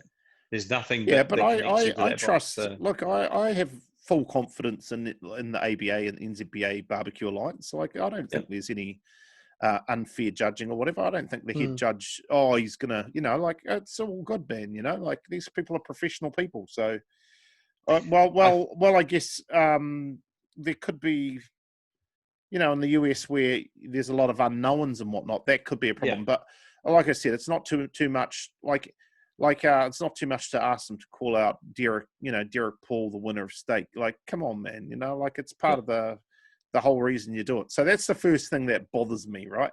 And then the second thing that bothers me is they don't have a GC in it. And like, I'm all about the GC. So bring in those 3 categories, whoever does the best in steak, and hot drink and toasted sandwich, man, let's crown that guy the GC, because he, you need a GC. You need to you need to roll all the effort into one concise winner. Yeah. So I look, that whole lack of GC thing. I'm actually okay with it. However, in Christchurch, which was the first time I took really any notice because I'd done well across a number of categories, I think, and I could be wrong, and apologise to anyone if you were ahead, but I'm pretty sure I came out on top, and I would have been GC. And I was like, there's actually a little bit of hollowness to that. It's hollow. And so give the man a trophy. It's don't get me wrong, and I also know there's so much pride or what's vanity to it. Don't get me wrong, but I was like, aggrandizement, mate. Yeah, I kind of like that was hard fought. You should be able to celebrate. Yeah. So on the other hand, I came on with 2 firsts and a second, and that's just freaking cool. So I was stoked, man. Like it's and so you can't help but like something you do well on, right? So I love SCA at the moment. Okay, so here it is. It's 2 days. It's 4 SCA categories, and it's 4 ABA categories. And the man who gets the highest across all is the best barbecuer in New Zealand. Crikey. My Monday's on Brendan. Boom. That's what I want to see. You'd have to. That's a real kind of challenge, right? Bro, now that is like the king of the barbecue, right? Yeah. Like if you know what? No, it could be anyone. You could get someone like Like you, I mean, we should make it so Trev can't come because he'd kill it. I mean, he's so good at both. I mean, he's just, yeah. Sorry, Trev, you can't come. It's New Zealand only, residents only. We don't want COVID. We'll blame COVID to exclude you. It's really because we don't want you to beat us. But we're going to say COVID, it's for health and safety. That way no one will question it. I'm in. Enough. Okay. I love it. Cooking All right, by so, yourself is such a challenge. Well, we are in the final stages of confirming Barbecue Mania.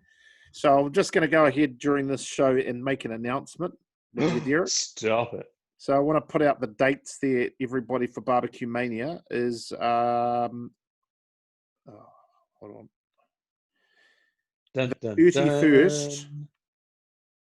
and 1st of November. So 31st of October and 1st of November is the weekend we have locked in for Barbecue Mania. So now whether we'll have the King, I think we should, I mean, I'm going to talk to the promoter because I'm not the promoter this year. And I'm going to talk to him about the concept of having the king of, the undisputed champ of Barbecue Mania, which is the top SCA and the top, averaged out. I don't know. It's a nightmare for Luke. He's got to try and work out how to do the points. But hey, Luke, I know you're up to it, man. So we'll see what we can do, man. Well, I'd love to do it. But that relies on someone cooking solo, though, right? You're talking about teams at Mania, though, yeah. Oh yeah, that's true. There's a big flaw in my plan. Yeah, you can still do it. We could. We could just have the king of the barbecue. I mean, as a team. Totally. Highest placing average across the. Yeah, the I mean, lot, there's no reason you and cool. Forbes couldn't cook together, and you could do the ECA and he could do the line slow. There's nothing in the rules would be. Totally. I mean, obviously, you guys would collectively be the king of the barbecue if you won it, but that's all good. Yes. People who work in teams are used to sharing the glory. Forbes has most of our trophies. I'll just put that out there. He takes them home with him. They live in Christchurch. It's fair. I mean, he's the better cook. I mean, you don't get trophies for admin, do you? I do have most of ours, but mostly because I have a shelf that they all go on. But the guys are welcome to come get them. Yeah. If they want to hold on to them for a year or whatever. I mean, the big thing for me is just keeping a track of them because they're promotional tools. Yeah. So let's move on. Let's move on because I've got the ones that I have are in the shop at work actually, which is good. Which is where I keep my fireboards and sell my fireboards from. On that note, I wanted to just talk to you about the fireboard tonight. Oh, nice! Because I'm a huge fan of this little guy, and I was actually, you obviously have some something to do with the importation of these and the distribution of them, and so I figured I don't know if you know everything about the Fireboard. I got the little fan. So guys, fan controller. Just to give you a bit of an intro, the Fireboard is a digital thermometer, basically, smart thermometer that allows you to measure up to 6 channels of temperatures in your barbecue.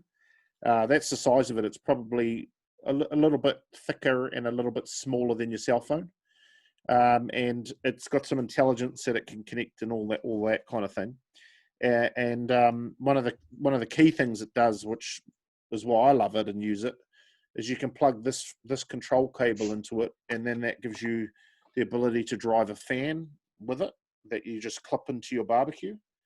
And then the fan controls airflow. Now, you're either new school or you're old school. Like a lot of old school guys don't like the digital systems. And for me, I've always used them.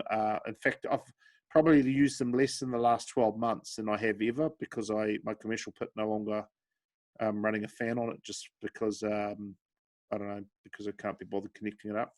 Because it flattens my phone. Whatever, we can get into that.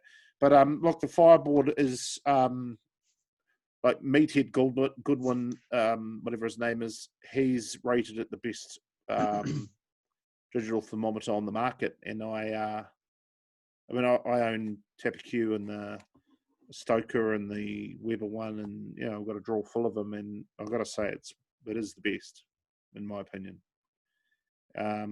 So what made you want to import these? So in my day job, I'm sales manager for a company that imports a whole lot of stuff. And I sort of get bored, and I love barbecue, so I put my boredom onto looking for stuff in barbecue. Researched out a whole lot of different barbecue thermometers around the world because I needed some for myself. Reached out, and they didn't have in New Zealand or Australia, and I had previously got another brand in, and we've just ceased dealing with that other brand, and we're going to focus pretty much solely on Fireboard now for a bunch of reasons. And I'd never even heard of it until you showed up with it. So yeah, so I mean, I'm a bit of a nerd with things like this, but I did research up real hard, and they come back with amazing reviews, but you can't always trust reviews, and so I looked a little bit more into how it works. And Fireboard were, so far as I'm aware, they're the first company that had a full Bluetooth and Wi-Fi integrated barbecue thermometer. So so you can set it up on your pit just with the probes in your barbecue and your meat, and it sends the message back to your Wi-Fi router. So it doesn't matter where you are in the world. If you've got internet connection, you can see what your pit's doing. And if you're close to it, it uses Bluetooth if you haven't got a Wi-Fi connection, and you can actually use direct Wi-Fi as well. So you've got multiple connections. So that in itself was world leading. Yeah. But on top of that, though, from day one, they set up that they would be able to have a cloud-based storage network. And so every cook you ever do under your drive account, which is what they call it, where you store your data, all of your cooks, all those temperatures are stored in the cloud. And so you can access everything you've ever cooked before using a Fireboard, and times and dates and all those sort of things. And that is phenomenal. And so there's some people that just roll their eyes and you don't need to go by touch and feel and that. That's cool. If that works for you, fantastic. I was a novice, or a relative novice to a lot of these things. I was having issues with temperature spikes. I love to be able to leave the home, as I said earlier, and go and do stuff with my family. And at that point, I was using a cabinet smoker, and so I could set up my snake, and it was all good. But if the temp dropped or spiked, I didn't have the control over it. And the Fireboard gave me the ability to set alarms so I could go to bed and monitor it. And if it stayed within the parameters that I set during the night, fantastic. If it dropped and it couldn't keep the temp up, or it went too high and it couldn't get it down, an alarm would go off and wake me up. Or if I was out, at sport or fishing or whatever, I could do things from afar. And again, so far as I'm aware, I don't think anyone else in the market has that cloud base as well as all that connectivity as well, plus having a fan that is controllable to 1%. Like the fan control is excellent. Outstanding. And one of the issues they've had is that the technology in that control of the fan is really expensive for them to create. And that fan control cable you held up before is ridiculously expensive. Yeah. $180 retail, like for that piece of kit there. And so you roll your eyes and you're like, but if I'm cooking a $300 Snake River Farms or a Jack's Creek brisket, and I stuff it up because my temperatures go haywire and I'm not there, which is probably not going to happen. That's $300 that I've wasted, That cable, it pays itself back. And so competitions, when we're using the Fireboard, we can actually sleep during the night while the pit does what it needs to do with the fan controlling it. I know if I'm at home and doing it, I don't have to be on hand to do everything all the time. And that to me is worth every cent of it. And obviously I sell them, so I'm going to say these things, right? Well, but it actually adds up. It makes sense. I'm going to click past your paid promotion now, and I'm going to get my version of it. But I would not use this if I didn't have this. This, I don't want to know the temperature of every brisket I'm cooking. That's just not me, right? I'm more of a keep an eye on it and probe it in the very last stages, right? But with this guy here, this thing's magic. So, as I mentioned in previous episodes, we run a gravity-fed offset, and we can't run that pit without this configuration. End of story. Now, I have used homebrew ones. I've used Stokers. I've used a variety of Fireboard weren't the first to try and put a turbocharger on a pit, right? But what I do like about the setup is it allows you to use pretty much any fan. You don't have to use their one. But now, in saying that, theirs is an excellent fan. I don't have any desire to use anyone else's fan, and their one, the way that it just clips on and the opening and everything, it's just perfect. Just simple, yeah. And the other thing that their fan has, which a lot of guys don't know about, is it has the little door in it. Okay, I don't know if you can see that little door in there. Can you see that little door flapping? Yeah, you can see it there. Yep. So that shuts airflow off when the pit's gotten too hot. And for us, that does happen because we run our pit hot and fast, so we run it at about 350, and we wouldn't be able to do that without a fan pumping air in there to get that extra heat. And so I do love the Fireboard. This thing's never let me down.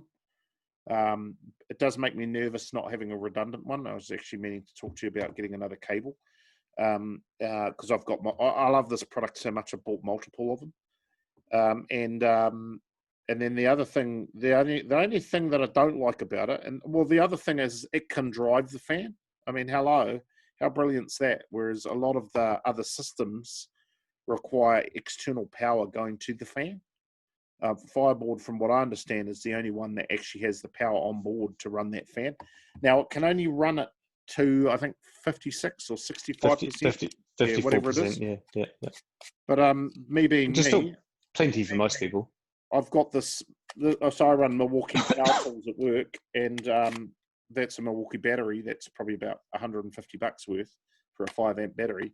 And then you buy this $50 hot shoe, which snaps on there and gives you an output to power both the Fireboard socket, which is USB, and it has a 12-volt output, which you then plug this little guy into. And then that DC cord now powers the fan using the 12-volt in on the fan. So this 5 amp power pack will run for freaking 3 days or whatever, like it never goes flat when I'm using it to power my pit. And I can get as long as it's got fuel. I can get that full 100% on the fan, which for me, when I'm going through that warm-up stage, I want it there as fast as I can get it. Yep. And really get that charcoal going, because we light the charcoal. We light the charcoal. Well, there's two ways we do it. I light the charcoal in the pit, so I get a fire starter in there and actually get a bit of it going, and then I put the Fireboard on and just get it ready. Crank it. Yep. And then what we do when we've got Shane to help is he'll light a chimney starter, because he's in charge of the barbecue fuel.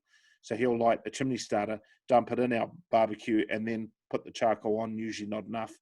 And then he'll have the fan, and then I'll have the fan programmed up and going. So it's really ace, it's a really ace system for anyone who wants a fan-controlled barbecue setup. It's like the best, not even paid or anything to say that. So I wouldn't. Now, the other thing that I don't like about it, the only thing I don't like about it, which I believe they may have fixed, I haven't really done a lot of homework into it, is that if I don't have a cell phone on me, that thing becomes redundant, right? Like you need... No, you can still use it, just as is. But I can't program it. Yeah, okay. Okay, well, there you go. So, yeah. But it's only got 2 buttons. How do you program it with just 2 buttons? It's very clever. Okay. I've never done it, but it can be done. Well, I don't know if you can run the fan actually, but you can set your temps. I believe the new one has the ability to program it and display everything, because the new one, basically the whole thing's an LCD. So I believe you can now go in there and program it, and I think that's going to be ace. And I've already spoken to you about getting one, and that's how much I love them. And the fan system's just awesome on them. So I just wanted to cover that, because a bit of a unique perspective. So it is a brand that you guys are supporting and will be supporting long into the future. Yeah, definitely. So I was literally on the phone to Ted from Fireboard. He's the creator and the founder of the business in the States, and I spent about an hour on the phone with him today. And he's one of those guys. He's like you. He's got energy, just oodles of energy. Just wants to keep going and doing better, more better Fireboards, man. And so the new units model look freaking good. Yeah, they're really awesome. And he wants them to be everywhere, and he wants everyone to use them. But they're a certain price point, and that is what they are. But he's just he thinks of the things that we don't know we need before we. He does. And it's really cool. My example of that is I went onto the Fireboard because I was really fell in love with this thing. And I went onto the Fireboard site, and I've seen that they actually have a refrigeration. So in a restaurant setting, you have to monitor refrigeration temperatures. Not you have to do daily checks. So we have to go around and we have to record what's the temperature of that fridge, what's the temperature of the freezer, what's the temperature of the, in our business we've got freaking half a dozen fridges. So what the Fireboard actually allows you to do is they sell some really long cables. And you can actually put those into your refrigerators, fasten them in there, run them back to the Fireboard, and then create a session on your phone, and then it records to the cloud the fridge temps every day, every minute, and you can set obviously the alarms that you would normally set to say a brisket's cooked. You can say, hey, my fridge is above a certain threshold, you need to notify me that it's gotten too hot. And so that's an awesome feature. And then he's made it so you can actually use those same probes to drive a sous vide, like as your sous vide control. Yeah, totally. Which is like frigging, and I do a lot of sous vide because I love it, and I think it's a great way of cooking. And I haven't quite worked out. He doesn't have a control cable, like he needs a sous vide that needs to now. Anyway, interface. I'm sure he'll be looking at it. But what it does is I can put my sous vide, because I've got an old school commercial sous vide. I don't have the what are the Polyphonics one or whatever the new one is. So I can put my sensor into that sous vide, leave the sous vide going overnight or whatever, and I can keep an eye on it, even though my sous vide itself is 10 years old and frigging commercial 2,000 watt unit and blah, blah, blah. So I get the benefits of the technology without having to have the $4,000 sous vide machine that would cost for So that's ultra cool. Really love that. And can't wait to get my greasy little hands on the new one. Yeah, like it's So for the amateur guys who don't need those features, like having things on the cloud, like knowing what your cook was doesn't, it matters to some people, and you want to measure how accurate your temperatures were and things like that, and how much fluctuations there were and what have you. But one of the features they've just added recently, which is freaking cool, is you can take a photo during the cook, I love that. And it stores the photo at the time on the graph. It's freaking awesome, man. Like that is such a cool way. And so you can get an idea of what your colors look like and things like that. And it's stored in the cloud forever. There's no fees for it. It's just freaking cool. So I think we'll use that, because I have noticed that feature been added, and I was like pleasantly surprised. But I haven't had a comp where we could use that yet. Because I wasn't at Meatstock. I was running around like a headless chicken at Meatstock. But what I want to do at the next comp we do is I want to actually add that data in, because then it allows us to go back and actually review, hey, our timing was off there. Yep. No, look at that. It was like 4 hours before we wrapped it or whatever, like you can get some of that real data. Yep. So I think that's going to be a pretty awesome tool for comp cooking, totally. Especially for teams who are trying to dial. Yeah, you can do dials. You can go, I'm cooking a Snake River Farms brisket. It's blah, blah, blah, blah, blah. And you can put your rub in there. You can put all your ingredients. You can put it into the pit at this temp and blah, blah, blah. So it's a really freaking cool tool. The other thing I was going to mention, which I'm nerding out now, because the Wi-Fi, see, I've owned a lot of these things, the Wi-Fi is usually a freaking nightmare. But see, what the Fireboard allows you to do, and I've got to get this right, is so I've got my home router. Yep. So what it allows me to do is connect to so when you first set up the Fireboard, you've got to connect to it with your phone to actually get into it. Yep. And then once you connect to your phone, you then tell it, hey, join my home Wi-Fi. So my home Wi-Fi is called Make Barbecue Great Again. And so I can go in there and I tell it, hey, Fireboard, connect to Make Barbecue Great Again. Here's the password, all that. So then it connects to that. Yep. And then I go onto my phone, and then I connect to Fireboard directly using my phone. So as long as I've got internet, the cloud, then as long as I got internet of any description, whether it's over what do they call the phone network? Wi-Fi, LAN data. Yeah. So whether I'm connecting using a Wi-Fi router or using my 3G Vodafone connection or 5G, whatever it is, I can then go and recover the data from Fireboard, which my Fireboard is sitting at home using my home router to upload. So that's and that might sound really obvious, but that is such an elegant system, the way that they do it, that you don't have to be a computer nerd, which I am not. And that allows you to just I was blown away by look, it's freaking done. Whereas other systems, I'm like, man, I can't freaking do this. This wants DHCP 192.168, all this crap, bro, and you're just like doing your head in. You sound like a computer nerd. Yeah, well, I actually had a job in IT. Anyway, look, I've got hey, just quietly, young barbecuer wants to come and say hello. Hey, bro, how's things? Saying good night. Yeah. Hoping to see you at look, we're putting together a father-son comp or a pro-am comp, and we're hoping to see you there.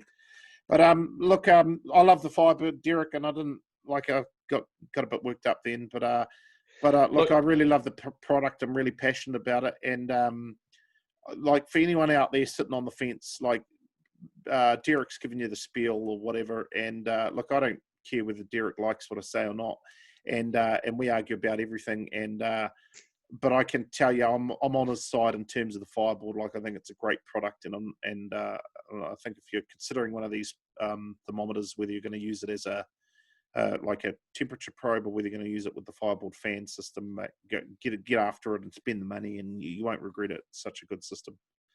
So let me have 2 seconds, man. The new one's coming out on or about the 1st of August for us. That one you're talking about, which nobody really knows about now. But I got so many followers, it's going to be.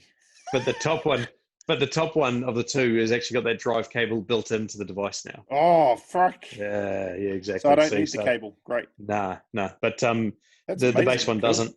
But and you'll forgive me for this, but anyone that's looking for a Fireboard, we have the old model, comes with a $100 free case with it at the moment as well, just to try and clear them. So. And I'll just warn you that those cases can melt if you magnetic it onto the barbecue or even under it, it'll freaking melt. Only 2 people have done that, and neither of their Fireboards have died, which is awesome. I had a case for that. I think it was the rib cook-off for COVID where I melted it. Right on. So, and what's funny was that it was under the barbecue, so it was just reflected heat off the firebox or whatever. So, but the device survived, which is awesome. Yeah, the device didn't kill it. So, well, I guess while you've got to try and offload some cases, I better get a case for this one. Well, the new ones don't need a case because they're fully waterproof. So, right. Well, there you go. So, guys, killing it. Definitely. So between that and the GoPro Hero 8, you got all your bases covered, and but no, it is like genuinely, guys. Like I love the product. I'm enthusiastic about it, and I think this is why I've gotten to know Derrick so well, because I've like call him up to say, hey, I need this sent or I need that, and I want you guys to know that when I ask for Derrick to send me down a cable or whatever, I pay for it. He doesn't pay me to promote his crap, nor would I. And I guess we're going to wrap this up here now, Derrick, because kids are heading off to bed. I haven't had dinner, but we're most famous for our political debates. And while I don't want to get into politics because we'll be here all night, I do, but this is not the purpose of our podcast. But I just want to ask you, like, have you figured out who you're going to vote for, or have you got a leaning right now, bearing on? I mean, it's still early days, obviously. So I think the easiest answer is I know who I won't be voting for, but no, actually, I genuinely I don't have someone at the moment that I'm going to say I hand on heart would vote for. Well, I just want to put it out there publicly because I do have a double smash burger riding on this with you. I am going to vote for ACT. I've decided that, and look, if you want to unfollow me because I want to vote ACT, then go ahead and unfollow me. That's fine. But I am going to vote ACT, and the reason being is because I believe they're the party that most aligns with my pursuit of just living my life how I want to live it, in terms of, look, I don't want the government involved in my life, and I think ACT are more of the libertarian side of things, and that's fine with me. So I'm calling ACT. So look, I'll be voting for ACT, and I'm hoping that my vote gives, because I really do think National can't beat Labour on this one. And but I am hoping that National and ACT are able to do a coalition of losers to take over government. That's what I'm holding out for now. It might be a full. Is that what our double or nothing's on for the burger? Is it? I think we've got multiples going, but you got to keep record, man. I think that everybody needs to know, wasn't it? Wasn't it a silver ounce? Oh, is that what it is? Okay, yeah, it could be. But everyone needs to know that you consider yourself this great libertarian. But when we actually did that little survey, I came out more libertarian than you did. Yeah, I don't recall. I don't recall. That's convenient. there's a bit of a quandary, and we are going into politics, but I just want to there is a bit of a quandary. See, I'm a libertarian in the sense that, hey, if you want to go have an abortion, then go have your abortion, right? Go knock yourself out, live your life how you want to live. But I personally find it immoral, right? But I'm not going to deprive you of the right to have your abortion because I find it morally reprehensible, because I believe in the principles of liberty, right? So even though like if I was asked to do a conscience vote, I would say, no, I find it reprehensible. But being a libertarian, hey, you go do your thing, man. And this is, this is how I try and live my life. Whatever, like, hey, you like it or hate it or unfollow me, that's fine, man. It's all good. But we have some great yarns and some great debates. And I appreciate Derrick. And, one thing you always do is you're willing to express your views, whether I find them agreeable or not. And bro, that takes guts to actually stand up and say, hey, this is what I think, and like I respect you for that. So I don't like everything you like, and you don't like everything I like. So whatever. No. I feel quite lucky that there's a bunch of people out there, and who I can have similar conversations to what I have with you. And I think it is really about freedom of speech and expression. And the one thing that I really enjoy, and we're way off topic here, of course, is that you don't ever pull out you're just a left-wing retard or whatever. Like for you, this is my thoughts. I keep it within the confines. There's no ad hominems, there's no insults. You don't need to dump on someone. Occasionally I fall victim to it. I just, you tend to do it to the politicians that we're talking about, who aren't listening to our conversation. You know what I mean? And that's a bit different. Dave Seymour did the right. David, what's this guy? Freaking David Clark did the right thing. Yeah. And look, we've immortalized him in the COVID lockdown T-shirt with his mountain bike. But yes. But yeah, I mean, you got to, like barbecuing, and we talked about the pellet grill. You've got to respect people want to do what they want to do, and just let them do it. Like, you don't have to go over there and call them a sissy girl for cooking on a pellet grill. Oh no! I mean, the big thing I like to make fun of pellet grill owners is mostly directed towards Adam Roberts. In fact, I've been. Oh really? Yeah, like because Adam cooks on a pellet grill because he's a one-man army. And so he needs that ability to just set and forget, like, and totally. Sterling's the same, like that's on the drum. And so I can see they definitely have a place. And a gravity-fed offset is just one click away from a pellet grill anyway. Yeah, totally. But I've always been about the end result, not the process. And look, I mean, cook on your pellet grill.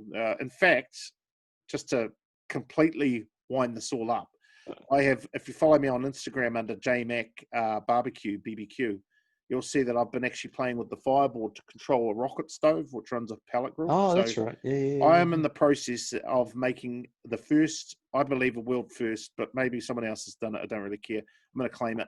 The world's first Fireboard-powered rocket pellet stove. Offset. Not stove. Offset. Oh, right on. So I'm putting the rocket stove through its paces right now with the Fireboard controlling it. I've got a mechanism that I've made to feed the pellets in with variable speeds. And the next step is to put it on an offset. So I'm going to do that, and if it works, then great. The main thing I'm trying to achieve is just one, I love to muck around, but high temperature cooking is where I'm focused right now. You actually just want to have the brand JMG. Yeah. Right.